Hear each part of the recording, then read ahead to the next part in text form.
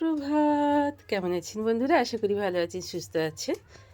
তো আপনাদের সুস্থতা কামনা করে শ্রাবণী রেমিস ব্লগে আপনাদের অনেক অনেক স্বাগত জানিয়ে ভিডিওটা আজ এখন থেকেই শুরু করে দিলাম।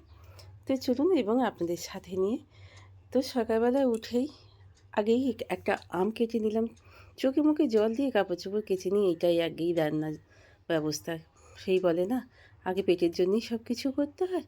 তো চলুন আগেই রান্না চাপিয়ে দিয়েছি। রান্নার জন্য আজকে ভাবলাম, যেহেতু আজকে মন্ডে সোমবার, তো বাবার পুজোর দিন, তো আমরা সবাই নিরামিষ খাই। তো একটু আম দিয়ে মুগের ডাল বানাবো। তাই ঘরে থাকা আমটাকে ভালো করে একটু কেটে কুচিয়ে নিচ্ছি। আর ওদিকে মুগের ডালটাকে কড়াই বসিয়ে দিয়েছি। মুগের ডালটাকে একটু কী করছি বলুন তো, মুগের ডালটাকে একটুখানি ভালো করে আমি ভেজে নিচ্ছি। আর রাস্তা দিয়ে চলে যাচ্ছে ওই যে কী অবনী ঘোষের কী একটা বাতের ব্যথার ওষুধ নাকি কী বলতে বলতে চলে গেল। তো যাই হোক, ডালটাকে একটু ভেজে নিলে খেতে একটু অন্যরকম স্বাদ হয়, আবার কাঁচা মুগের ডালেরও অন্যরকম একটু স্বাদ হয়। তো চলুন ডালটাকে একটু বেশ করে একটু একটু লাল লাল করে ভেজে নিয়ে একটু জলেতে ভালো করে ধুয়ে নিলে কী হয় বলুন তো, প্রেশারটা অতটা নষ্ট হয় না, ফরফর ফরফর করে যে বেরোয় এইসবগুলো হয় না। আমাদের তো সেই আগেকার স্টাইলের মডেলের প্রেশার। তো যাই হোক, এখন অনেক রকমের প্রেশার বেরিয়েছে, যেগুলো এইসবগুলো হয় না, গণ্ডগোলগুলো। যাই হোক, আমাদের যেটা আছে সেটা নিয়েই আমাদের চলে যাবে। ওই যে বললাম, গরিবের শখ করতে নেই। আমার মা ছোটোবেলায় শিখিয়েছিলেন, বাবা আমরা গরিব, শখ করতে নেই। আমাদের কখনো বলতে নেই যে এটা নেব, ওটা নিতে হয়। বাবা মা যেটা দেবে সেটাকেই নিতে হয়। তখন আমরা কত বোঝদার ছিলাম জানেন তো।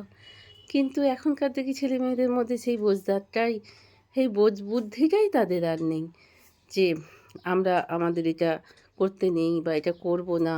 এখনকার ছেলে মেয়েদের মধ্যে কি দেখি বলুন তো, চাই ও এটা নিয়েছে তো আমাকে নিতে হবে, ওর বাড়িতে এটা এনেছে তো আমাকে নিতে হবে। সামর্থ্য কোথা থেকে আসবে সেটা কিন্তু তারা বোঝে না। শখ করতে গেলেই যে পয়সার দরকার হয় সেটা এখনকার ছেলেমেয়েরা বোঝে না। তো যাই হোক, তো সেটাই বলছি, আমরা গরিব, গরিবদের শখ করতে নেই, আহ্লাদ করতে নেই, শিখিয়েছিলেন মা। তো যাই হোক, আপনাদের সঙ্গে গল্প করতে করতে এদিকে ডালটা প্রেসারে সিটি দিয়ে নিয়েছি। এবার কড়াইয়ে সর্ষে, যেহেতু টক ডাল, সর্ষে ফোড়ন দেবো। ডালটা সিদ্ধ করে নিয়ে তার তেজপাতা, সর্ষে ফোড়ন দিয়ে দিলাম। এবার আমটাকে দিয়ে একটু ভালো করে আমটাকে একটু সিদ্ধ করে নেবো জানেন তো। ওই ডালেরই ওপরে জলটাকে দিয়ে, গরম জলটাকে দিয়ে সেটাকে দিয়ে সিদ্ধ করে নিই। তারপর আমটা একটু সিদ্ধ হয়ে গেলে তবেই আমি করব, ওই ডালটাকে ঢেলে নেব। তো চলুন ডালেরই একটু জল দিয়ে দিলাম, অল্প একটুখানি সিদ্ধটা হয়ে যাক। এদিকে ভাতটাও আমার ততক্ষণে হয়ে গেছে, ফেনাটাও গড়ানো হয়ে গেছে। বাচ্চাবাবু খেয়ে যাবে, ভাবিকে টিফিনটা প্যাক করে দেবো। এবার এই করতে করতেই দেখলাম যে আমগুলো একটু সিদ্ধ হয়ে গেল বা নরম হয়ে গেল। তখন আমি ডালটাকে ঢেলে দিলাম। এখানে নুন মিষ্টি হলুদ তো সবই আগে দিয়েই সিদ্ধ করেছিলাম, তাই জন্যে আর কোনো অসুবিধাই কিছু হলো না। তো চলুন এইবার কড়াইয়ে একটু দিয়ে দিলাম। আজকে বেশি রান্না করব না, জানেন তো আমি আর পারছি না এই গরমে। গা হাত পায়ে এত র্যাশ বেরিয়ে যাচ্ছে, আপনাদের কি করে দেখাবো বলুন এসবগুলো অনেকেই দেখায়, কিন্তু আমার পক্ষে সেটা পসিবল হয় না।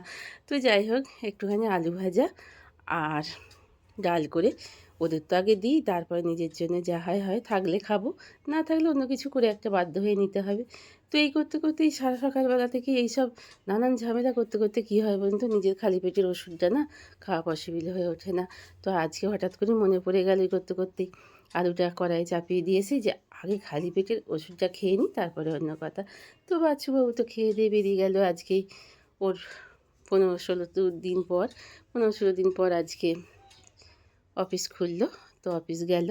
তো আর সেই সঙ্গে আমি এসে জামা প্যান্ট কিছু ছিল সেগুলো একটু ভিজিয়ে দিলাম। আর এদিকে মাঝে মাঝে এসে আলুটাকে দেখতে এসেছি। এসে দেখছি আলুটা হয়েই গেছে নাড়াচাড়া করে। এবার আলুটাকে কড়াই থেকে একটু তুলে নিলাম। এবার এই করতে করতেই দেখছি বাবিকে দিয়ে, বাচ্চুকে দিয়ে আমার আর কিছু নেই। ঝপঝপ করে একটু কুমড়ো, আলু, বেগুন, একটুখানি টমেটো আর একটু পটল দিয়ে নিজের মতো করে একটুখানি তরকারি করে নিচ্ছি। তো এটাতে আমি একটুখানি ঘরে থাকা হোমমেডই আমার একটু আদা আর একটু ধনে একসঙ্গে গুঁড়োনো আছে, সেটা একটু দিয়ে দেবো, একটু নুন মিষ্টি দিয়ে দেবো নিজের মতো। তো অত নিজের যা হয় হবে, সিদ্ধ সাদ্দা সন্তান স্বামীর জন্যই একটু ভালো মন্দ রান্না করে দিতে হয়। সেই সঙ্গে সেই জামাই নামে মেরে হাঁস গোষ্ঠীবর্গ খায় মাস, তো সেইটাই ব্যাপার আর কি, ওদের জন্য করি। এই করতে করতেই ভাবি বেরিয়ে যাওয়ার পরই দেখলাম কালকে জামা কাপড়গুলো গুছোতে পারিনি, সন্ধ্যের পর থেকে ঘরে আর টেকা যায় না। তো যাই হোক, তো সেই করতে করতেই আমি এবার ভাবলাম যে কালকে জামা টামাগুলো একটু গুছিয়ে নিই। গুছিয়ে নিয়ে তারপরে ঘরদোরগুলো পরে এখন পরিষ্কার টরিষ্কার হবে। তো আগে আগে চলে এলাম, যে বেডশিটটা পড়ে আছে, বেশ কিছু জামা কাপড় কালকে যেগুলো কাচাকুচি হয়নি সেইগুলো করার জন্য চলে এলাম। বাবিকে দিয়েছিলাম একটু ম্যাগি করে। তো কি বলুন তো, সে তো উনি তো খেয়ে গেলেন না, উনি তো পছন্দই করলেন না। একটু ছাতুর শরবত আর একটু ম্যাগি দিয়েছিলাম, বললো মা তুমি খেয়ে নাও বলে আমায় ধরিয়ে দিয়ে চলে গেল। তো চলুন এইবার স্নান টান করে নিয়েছি, পুজো টুজো করে নিয়ে ম্যাগিটা খেয়ে নিলাম। খেয়ে নিয়ে এই দেখুন কিরম দিয়েছি দেখেছেন, পাউডার মেখেছি দেখেছেন, গায়ে যেহেতু র্যাশ বেরিয়েছে নাইসিল পাউডার এনে দিয়েছে, সুদল, তারপরে আপনার ওই যে কী বলে স্যাভলন, কোনো কিছুতেই কিছু হচ্ছে না। দাঁড়ান একটু ফু করে নিয়ে, একটুখানি ফেনা রয়েছে দেখছি, না খুব বেশি ফেনা নেই জানেন তো, হচ্ছে না ভালো, খুব একটা হচ্ছে না। আগে একটু যখন কিনে নিয়ে এসেছিলো খুব ভালো হচ্ছিলো। এই করতে করতেই যতই ঘেমে যাই, যতই কষ্ট হোক, তো ঘরে চলে এলাম। টেবিলটাকে একটু পরিষ্কার করে, টেবিলটা এত অগোছালো হয়ে থাকে না, টেবিল থাকলেই দেখবেন আবর্জনায় এইটা রেখে দেওয়া ওটা রেখে দেওয়া, বাপরে বাপ, মানে কল্পনা আপনি করতে পারবেন না। এই করতে করতেই আমি চলে এলাম, কাপড় জামাগুলো স্নান টান করে কেচে রেখে দিয়েছিলাম, তো ঝপঝপ করে শুকোতে দিতে চলে এলাম। আর সেই সঙ্গে ঝাঁটপালাগুলো ঘরে তো দিয়ে নিয়েছি, দিয়ে নিয়ে এখানে নোংরাগুলো ছিল সবগুলো ফেলে দিয়ে চলে এলাম।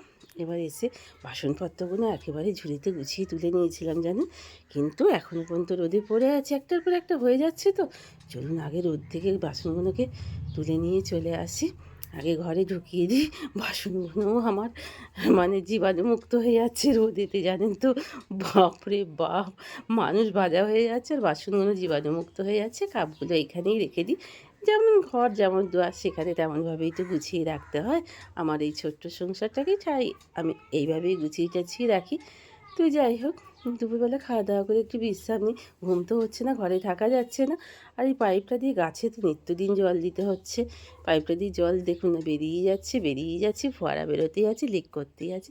তো চলুন একটু ব্ল্যাক টেপ নেই, হোয়াইট টেপ আছে, ওই টেপটা লাগিয়ে একটুখানি অন্তত কাজ চালানোর মতো পাইপটাকে একটুখানি ইয়ে করে নিই, বেঁধে দিই জানেন তো, দিয়ে না তারপরে দেখি একটু জল দেওয়া যায় কি না। তো চলুন, সন্ধে হয়ে গেছে, সন্ধে দেওয়া হয়ে গেল, একটু টিফিন করা হয়ে গেল, রান্নাঘরে চলে এলাম। চলে এসে এখানে এইবার আপনার ভাত তরকারির জন্য তো এখানে চলে এসেছি, তো রান্না করার জন্য পোস্ত থাকলে পোস্ত বড়াই করতাম, শখ আছে, আহ্লাদ আছে, সব কিছুই আছে, কিন্তু এই যে বললাম গরিবের শখ আহ্লাদ ইচ্ছা থাকলেও পূরণ হয় না।